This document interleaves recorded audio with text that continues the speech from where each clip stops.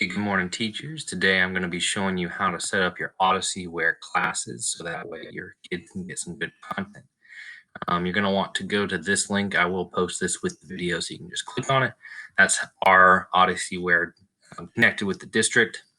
If you haven't already gotten your username login from Miss Peters, I would try reaching out to her, getting that for you. Your username should just look something like this. Go ahead and log into Odysseyware.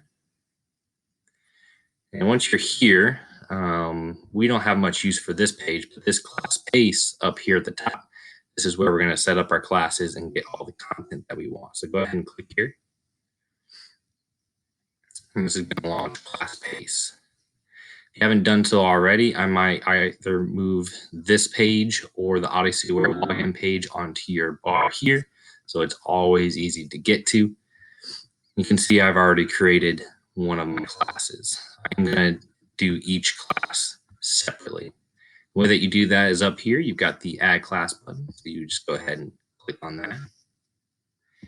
And you're just going to go ahead and give your classes a name. This one will be my 5th period. For ID, I was doing something like this where I just kind of do a couple numbers, give it the what hour they're in. Our campus is 1100. Grade you teach, what's the subject area, and then for notes you can add anything you want. I'm adding a quote.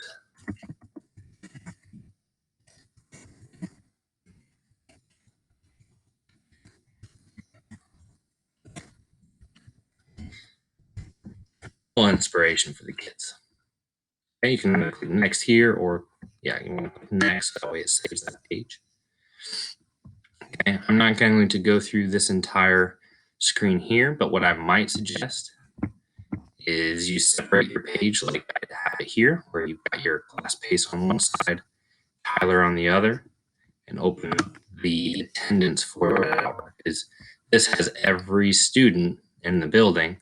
So you want to make sure that you select all the right kids. So I say, hey, my first kid that I'm going to get is Nevaeh Borrow.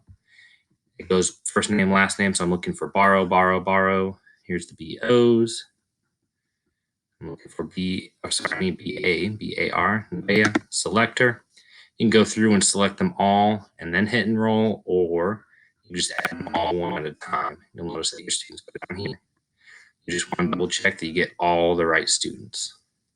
Okay. And this will display 50 at a time, but once you scroll to the bottom, it just loads another 50 more. Okay. You can also add teachers. Let's say that you have a co-teacher. You can go ahead and find them here. I believe everybody's listed.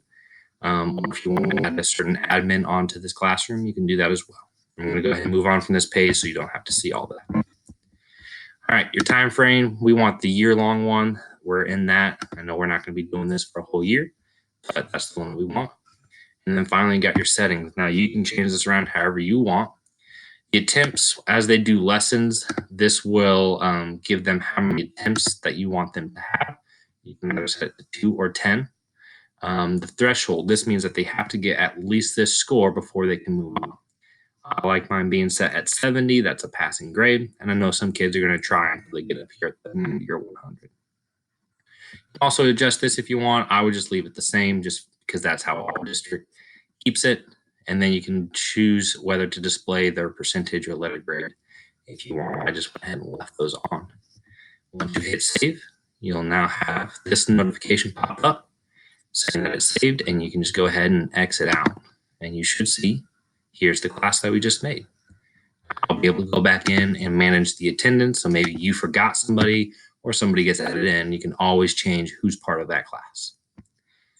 Thanks so much.